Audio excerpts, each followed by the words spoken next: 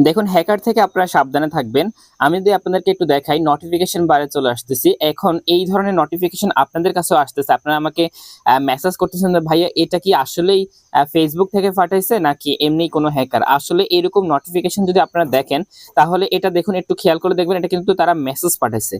আপনাকে মেসেঞ্জারে মেসেজ পাঠাইছে, মেসেজ পাঠায় তারা বলতেছে আপনার চ্যানেলটি মানে রেস্ট্রিকশন এ পড়ে গেছে। এটাকে আমরা আমাদের সাথে কনট্যাক্ট করুন। এই যে আপনারা তারা একটু দেখুন এখানে তারা দিয়ে দিয়েছে, একটা লিঙ্ক পর্যন্ত দিয়ে দিয়েছে এবং তাদের সাথে কনট্যাক্ট করার জন্য কনট্যাক্ট নাম্বার পর্যন্ত দিয়ে দিয়েছে।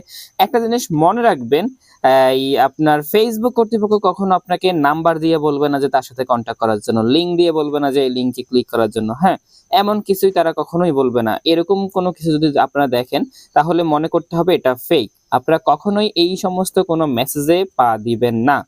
আশা করি বুঝতে পেরেছেন। এগুলার কোনো রিপ্লাইও দেওয়ার দরকার নেই, উত্তরও দেওয়ার দরকার নেই।